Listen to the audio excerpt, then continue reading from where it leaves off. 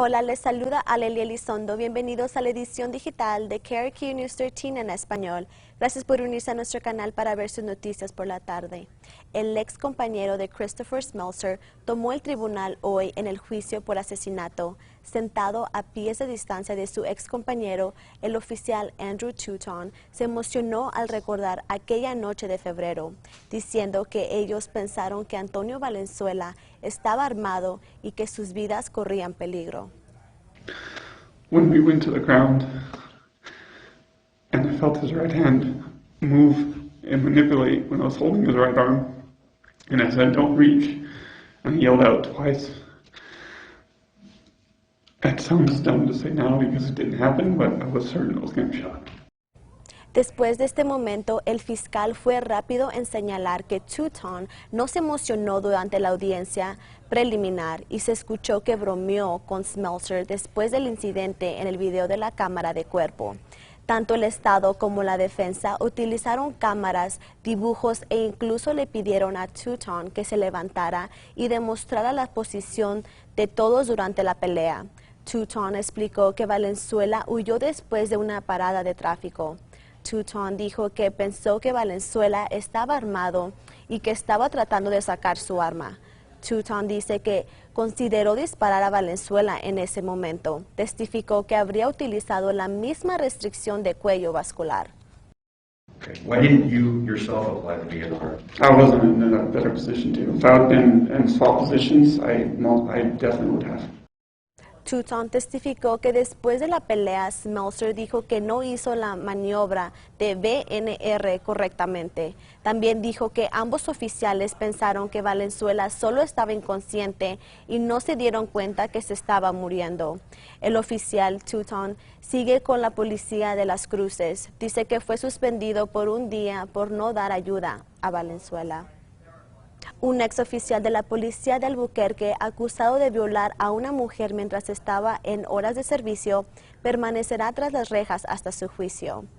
Johnny García estaba de servicio en el Sunport en febrero cuando lo acusaron de forzar a una empleada a un armario. La mujer le dijo a la policía que García la besó y la tocó, luego la obligó a realizar sexo oral con él en mayo. El juez Stan Whittaker determinó que García sería detenido hasta el juicio, pero hoy su defensa presentó nueva información. Mr. Garcia fell below the mean in all areas of this test, indicating that he is not a risk for violence. The test also demonstrates that he is amenable to treatment.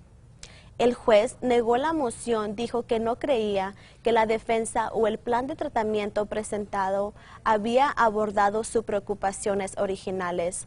Aún no se ha fijado una fecha para el juicio, pero el Estado dijo que tiene alrededor de 20 testigos listos para testificar. La policía está investigando 2 homicidios en el suroeste de Albuquerque. El primero ocurrió cerca de San Pedro y Bell. La policía fue llamada de un informe de una mujer que fue disparada justo antes de las 10 por la noche. Cuando llegó la policía, la mujer ya estaba muerta por una herida de bala y solo 10 minutos después, los oficiales respondieron a otra llamada a las calles de San Mateo y Grand. Allí encontraron a otra mujer también muerta en un auto. La policía dijo que también murió por una posible herida de bala. La policía dice que no hay evidencia que sugiera que los 2 homicidios están vinculados de alguna manera.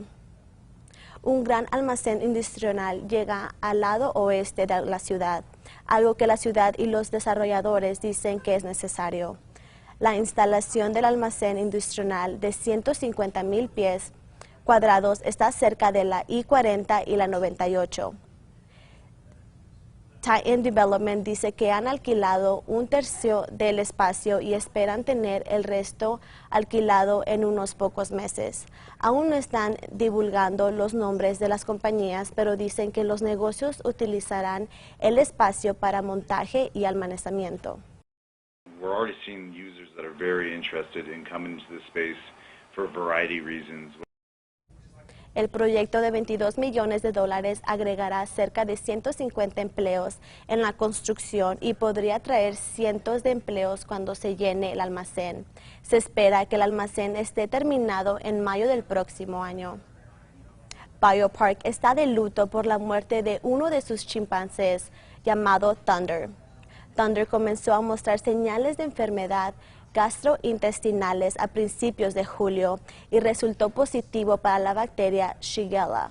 BioPark dice que Thunder tuvo días buenos y malos mientras estaba en tratamiento, pero empeoró el sábado y el personal no lo pudo salvar.